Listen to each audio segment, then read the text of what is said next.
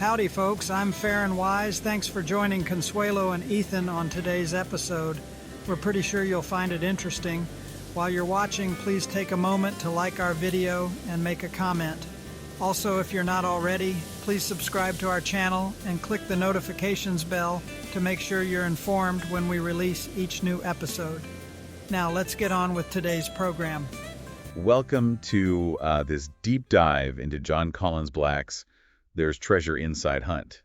I like that you called this a deep dive. Well, yeah, we're going deep. We are. We're going deep into how this hunt works and why it's so captivating to so many people out there. Well, yeah, it's a fascinating hunt. I mean, and how you can use some practical strategies to up your game if you're one of the people trying to crack this thing. It's true. There are people out there who are really, really into this. Oh, yeah. Yeah, so we're going to be drawing on tons of research emails from fellow hunters. We got a lot of emails for this one. So we're really excited to share this with everyone. Yeah, and strategy guides all prepped for you, so. What I think is so fascinating about this hunt is that Collins Black didn't just create a puzzle. Right. He created an experience. Yes. Yeah, we're going to look at how he uses psychology and technology and good old-fashioned puzzle design to keep you hooked. Yeah, this is not your grandma's treasure hunt. This is next-level stuff, with 5 chests hidden across the U.S., each guarded by a series of incredibly intricate puzzles that span all sorts of disciplines. Let's start with something we all experience, okay? Right. That rush of excitement when you're close to solving a puzzle. Yes. Right, I have that feeling. Every time you crack a code or find a new clue, your brain gets a hit of dopamine. Oh. It's the same reward system that keeps us hooked on video games. Oh, so Collins Black is basically hacking our brains. In a way. Yes, to keep us engaged. Yeah, he's really tapping into how our brains work. Okay. To make this an irresistible challenge. Wow. Yeah. Take the Appalachian Trail box, for example. The first clue is a stylized map. It's visually appealing, and when you match it up to the real-world topography, it gives you a sense of accomplishment right off the bat. Yes, I remember feeling so pumped when I saw that part. Like, I'd already found the treasure, but then there's a whole other layer with a complex cipher. Right. And that's where things got really interesting. Exactly, and that layered approach keeps you on your toes. And it's not just about rewards. Yeah. It's also about embracing uncertainty. Hold on. How can not knowing something make it more appealing? Think about it. Okay. Have you ever found yourself more drawn to a mysterious object Yeah. than one you fully understand? Oh, yeah. It's called the ambiguity effect. Yeah. We tend to overvalue things shrouded in mystery. Like that feeling when you see a wrapped present? Yes. You're dying to know what's inside. That's a great analogy. Oh. Collins Black uses this to his advantage. Remember the Rocky Mountain box in that poem? Yeah. The one with the intentionally irregular meter? Oh, yeah, that one's tough. It drives people crazy trying to decipher it because it doesn't quite follow the rules. I remember spending hours on that one, convinced there was a hidden pattern in the syllable count. And that's exactly what he wants. That sense of mystery activates your problem-solving mechanisms and makes you want to fill in the gaps. It's like an itch you have to scratch. But let's be real, sometimes you just need a second opinion or a different perspective. That's where the community comes in, right? Collins Black has practically woven collaboration into the hunt itself. Absolutely. Like it's part of the game. Those interconnected clues are a brilliant example. Solving one chest unlocks hints for another, forcing participants to cooperate to progress. Oh, wow. It's like a real-life version of the prisoner's dilemma. Okay. Do you trust others enough to share information knowing they might beat you to the treasure? Oh, it's a fascinating social experiment. It is. And it's led to the creation of thriving online communities like the Mysterious Writings Discord server. You'll find hunters there sharing theories, debating interpretations, and even debunking false leads. That's right. It's amazing to see how much collective brainpower is going into this hunt. It's a testament to Collins Black's ability to create something that goes beyond a simple puzzle. So it's a puzzle, but it's also more than a puzzle. Yes, exactly. Okay. Now let's shift gears and talk about the clues themselves. Collins Black demonstrates a deep understanding of cognitive load theory, which basically says that our brains can only handle so much information at once. Okay, that makes sense. I know when I'm staring at a page full of cryptic symbols, my brain just shuts down. Yes, and he prevents that overwhelm by carefully designing puzzles that manage cognitive load. A great example is the past and future box. It starts with a simple word search that primes your brain for temporal themes. So he's subtly guiding our thinking without us even realizing it. Precisely then. There's an anagram that points to a specific decade, and finally, UV ink reveals coordinates. It's a masterful division of cognitive labor, breaking down a complex problem into manageable chunks. He's like a magician directing our attention and leading us down a carefully constructed path. It's a great way to put it, and to make those clues stick. Okay. He uses thematic cohesion, recurring motifs, and historical connections. Like that George Washington jelly glass that was found in one of the early solves. Straws? It's not just a prize, it sets the stage for future clues, right? Exactly. And later, you might encounter a cipher that references crossing the Delaware, and suddenly it clicks. Ooh. The historical connection strengthens the memory and helps you recognize the pattern. It's like he's building a memory palace for us, brick by historical brick. I love that analogy. Thanks. But of course, no treasure hunt would be complete without a few dead ends. Oh. That's where the red herrings come in. Oh, yeah. Those are the worst. You think you've cracked the code, and then bam, you're back to square one. But those dead ends serve a purpose. Collins Black is a master of the Zeigarnik effect. The what? It's the tendency to remember uncompleted tasks more vividly. Okay. He uses decoy clues to create that sense of frustration, Oh, okay. which makes the eventual victory all the sweeter. So he's using psychology to make the hunt more emotionally engaging. Exactly. Remember that Picasso's blue period clue that sent everyone on a wild goose chase? Oh, yeah. It was a brilliant red herring. He's playing a game with our minds, He is. challenging us at every turn. Yes, and speaking of challenges, we received a couple of emails from fellow hunters who are facing some common hurdles. Okay, let's take a look at those. We've got Emma, a high school history teacher who's struggling with the balance between teamwork and competition. Oh, that's a tough one. Yeah. It's hard to know how much to share. And then we have Marcus, a software developer who's finding himself stuck in the overthinking trap with the lion's share box. Oh yeah, the lion's share box. That one's a doozy. It is. It's easy to get bogged down in the details with that one. So how do we help Emma and Marcus navigate these challenges? Well, that's what we're going to talk about next. Okay, stick around because in the next part of our deep dive, we'll be offering some practical strategies for finding that sweet spot between collaboration and competition. We will. And we'll give you some techniques for recognizing and overcoming that pesky overthinking trap. We will also delve deeper into the multidisciplinary aspects of this hunt, from visual semiotics and cryptanalysis to geospatial analysis. Ooh, I love those words. Yes, this is where things get really exciting, so don't go anywhere. Okay.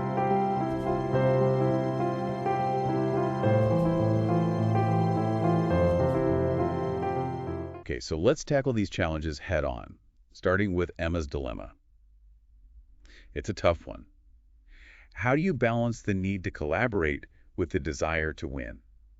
Well, it's interesting that Collins Black almost seems to have anticipated this tension. Okay. He's created a system where you're rewarded for both individual brilliance and for contributing to the collective knowledge. It's almost like a real-world social experiment, right? Yeah. Observing how people navigate those competing impulses. Exactly. And from observing the community, a few strategies have emerged. Okay. Many experienced hunters advocate for transparency in the early stages. Oh, okay. Sharing basic research findings or confirming GPS locations, those small acts of collaboration can actually save everyone time and energy in the long run. It's like clearing the underbrush together before the real treasure hunt begins. Precisely. But when it comes to those aha moments, the specific interpretations of clues, Yeah. that's where things get more delicate.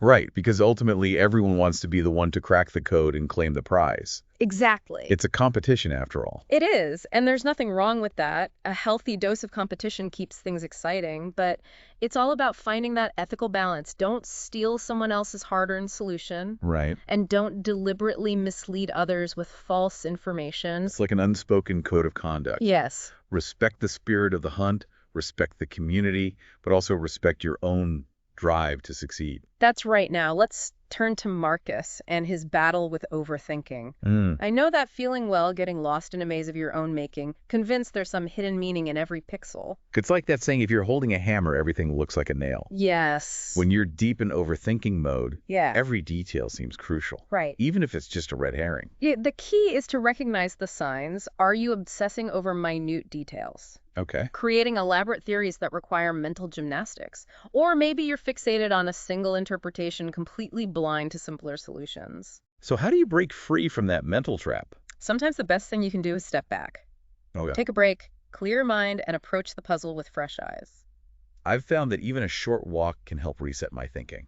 Exactly. And don't be afraid to revisit the basics. Okay. Go back to fundamental puzzle-solving principles, consider alternative interpretations, and most importantly, reach out to the community for feedback. That's where those online forums become invaluable. Bouncing ideas off fellow hunters, getting a fresh perspective. It can help you break out of those mental ruts. Yes, remember, Collins Black is brilliant, but he's not trying to trick you. Okay. The puzzles are challenging, but they're ultimately solvable. Trust your instincts, Marcus, and don't overcomplicate things. Okay, let's dive into the part I find truly fascinating, the multidisciplinary nature of this hunt. Yes. It's like Collins Black pulled a team of experts together. We're talking visual semiotics, cryptanalysis, geospatial analysis. It's a playground for the intellectually curious. He's woven these disciplines together so seamlessly, creating challenges that engage your mind on multiple levels. The lion's share box is a prime example. To crack that one, you have to think like an art historian, a cryptographer, and a seasoned navigator all at once. I'm curious, can you give us a concrete example of how these disciplines come together in a single clue? Absolutely. Remember that illustration in the lion's share box? Yeah. The one with the tree and its roots forming Arabic numerals? Oh, that one was tricky. Took me forever to figure out that it was referencing the Fibonacci sequence. That's exactly what Collins Black was going for. He's using visual semiotics, the art of interpreting symbols and images, not just giving you a literal image. Okay. He's inviting you to think metaphorically, to connect the dots between seemingly unrelated concepts. It's like he's speaking in a secret language that you need a decoder ring to understand. And then once you decipher the visual metaphor, you realize those numbers need to be converted using the Fibonacci sequence itself to obtain the correct GPS coordinates. That's brilliant. He's combining visual symbolism with mathematical concepts. What about the cryptography aspects you mentioned earlier? Well, Collins Black doesn't just use classic ciphers. He takes them to the next level by integrating modern technology. The Bitcoin puzzle box is a perfect example. Hold on, Bitcoin. How does that even work in a treasure hunt? Prepare to have your mind blown. You start by converting lines from a Shakespearean sonnet into hexadecimal. That's a base 16 number system used in computing. I have to admit, hexadecimal is a bit over my head.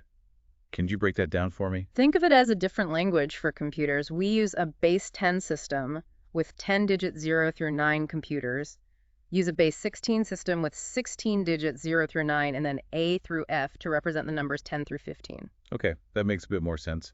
So what do you do with these hexadecimal numbers? You use them to generate a private key. This is a crucial element in Bitcoin transactions. Then you trace Bitcoin transactions following a trail of digital breadcrumbs until you reach the next clue. It's like a digital scavenger hunt within a real-world treasure hunt. Amazing. And then, of course, there's the geospatial analysis, the art of using maps and spatial reasoning. This is where hunters leverage tools like LiDAR data and GIS software to analyze terrain and search for hidden clues. Wait, LiDAR data, isn't that something scientists use to map the ocean floor or something? LiDAR is actually a powerful tool for any kind of terrain mapping. Oh. It uses lasers to create highly detailed 3D models. Hunters are using it to scan areas where chests might be hidden, looking for subtle anomalies or patterns that could reveal a clue. So technology is playing a huge role in this hunt. Absolutely. But it's not just about sitting behind a computer screen. Collins Black emphasizes the importance of getting out there, boots on the ground, experiencing the landscape firsthand. There's something romantic about that. Isn't there the old school thrill of exploration combined with cutting-edge technology? It embodies the idea of embodied cognition, the concept that our physical interactions with the environment enhance our cognitive abilities. It's like the best of both worlds, mental agility and physical adventure. And speaking of adventure, let's not forget the ultimate reward that awaits those who crack the final code. What is it about finding treasure that drives people to invest so much time and energy? Is it the monetary value, the bragging rights, or is there something deeper at play? Well, in the final part of our deep dive, we'll delve into the psychological and cultural significance of uncovering the treasure, the sense of community and legacy it fosters, and the profound lessons it teaches us about human nature. It sounds like the treasure itself is just the tip of the iceberg. Can't wait to hear what else lies beneath the surface. Oh. All right, so we've covered a lot of ground, the psychology, the strategy, the mind-bending puzzles. Now, let's talk about the treasure itself. What is it about finding that hidden chest that makes this whole endeavor so worthwhile? You know, it's funny you should ask that because you'd think that the value of the treasure itself would be the main motivator. Right, of course, makes sense. But, you know, behavioral economics suggests that there might be something else at play here called the sunk cost fallacy. The what fallacy? Sunk cost fallacy. And it's this idea that we're more likely to continue investing in something, even if it's not rational, simply because we've already invested so much time, effort, or money. Oh, so you're saying people might feel obligated to keep searching even if they're not enjoying the hunt anymore? I wouldn't say obligated, but perhaps more driven to see it through to the end. Okay. And there's another interesting psychological factor at play here, too. It's called the IKEA effect. The IKEA effect. Yeah, basically it says that we tend to overvalue things that we've built or created ourselves, even if they're not objectively that great. Like that wobbly bookshelf I put together last weekend. Exactly. I'm so proud of it, You should be. but it's pretty wobbly. Yeah, but you built it. And in this case, the furniture, so to speak, is the journey itself. Right. All the time, energy and brain power you've poured into this hunt makes that reward feel even more valuable. Regardless of its actual monetary worth. Exactly. So it's not just about the treasure at the end. It's about the satisfaction of solving the puzzle, overcoming the challenges, and proving to yourself that you can do it. Precisely. And that's especially true, I think, for Collins Black's hunt. The treasures themselves are unique and interesting. Casacious bitcoins, for example. But SES Bitcoins, Yes. those are those physical Bitcoins that were popular a few years back, right? Yes, they're like collector's items now. Oh, wow. And finding one of those in a hidden treasure chest Yeah. adds another layer of value. Go on. It's not just about the monetary value of the Bitcoin itself. It's like a symbol of your perseverance, your ingenuity. Yeah. It's a tangible reminder of everything you went through to find it. It's like a trophy, a badge of honor Yes. for completing this incredible intellectual and physical challenge. Right. Speaking of challenges, remember those emails we got from Emma and Marcus? Yeah. Well, there's a reason those issues resonated with so many other hunters. They tap into something fundamental about the human experience. You mean that tension between collaboration and competition and the tendency to overthink things? Exactly. Those are universal struggles, not just limited to treasure hunting. Right. Think about it. We see this play out in workplaces. Yeah. In relationships, even within ourselves. So by studying how treasure hunters navigate these challenges, we can gain insights into our own behavior in other areas of life. Absolutely. And that brings us to another fascinating aspect of this hunt, the sense of community and legacy that it fosters. You're talking about those online communities we discussed earlier. Yes, but it goes beyond that. These aren't just groups of people working together to solve puzzles. Right. They're forming real bonds, creating their own cultures and traditions. There are the Cryptonauts, The Cryptonauts. obsessed with cracking codes, the Dusty Boots, who prioritize the physical exploration, and the Easter eggers always on the lookout for hidden clues in plain sight. It's amazing to see how people from all walks of life, with different skills and backgrounds, come together around a shared passion. And Collins Black encourages this sense of community even further by incorporating elements from previous hunts, like artifacts related to Forrest Fenn's treasure. Oh, wow. It's a way of connecting the present to the past, creating a lineage of treasure hunters. That's a beautiful way of looking at it. It's like each new hunt builds upon the legacy of those who came before. And then there's this idea of leaving your own mark. Did you know that the Hunt's Discord server even has digital time capsules? Digital time capsules, what are those? They're messages, photos, or videos that hunters can encrypt and leave for future solvers to discover. Oh, wow. It's a way of connecting with those who will come after them, sharing their experiences and insights. That's incredibly cool. It adds another layer of meaning to the whole hunt. So as we wrap up our deep dive, I hope you've gained a new appreciation for what makes John Collins Black's treasure hunt so captivating. It's not just about finding a hidden chest, it's about the journey of self-discovery, the thrill of intellectual challenge, the joy of collaboration, and the enduring human desire to leave our mark on the world. It's a reminder that the real treasures in life often lie in unexpected places. And who knows, maybe you'll be the one to uncover the next hidden chest.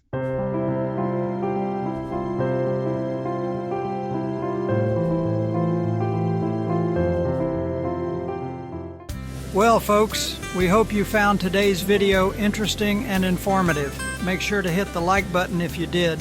Also, think about sharing it with another treasure hunter. And if you're not already a subscriber, please take a moment to do so now. We look forward to seeing you next time. Take care, and remember, there's a treasure out there waiting for you to find it.